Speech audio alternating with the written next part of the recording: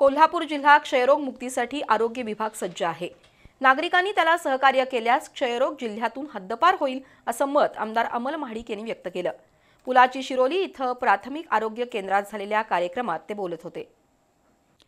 हातकणंगले तालुक्यातील पुलाची शिरोली इथल्या प्राथमिक आरोग्य केंद्रात क्षयरोग हटाव मोहिमेचं आयोजन केलंय।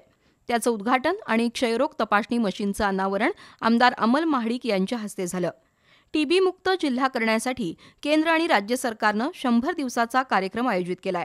त्यासाठी आरोग्य विभाग सज्ज असून सर्व नागरिकांनी वेळेत तपासणी करून सहकार्य केलं तर क्षयरोग नक्की जिल्ह्यातून हद्दपार होईल असं आमदार अमल महाडिक यांनी सांगितलं।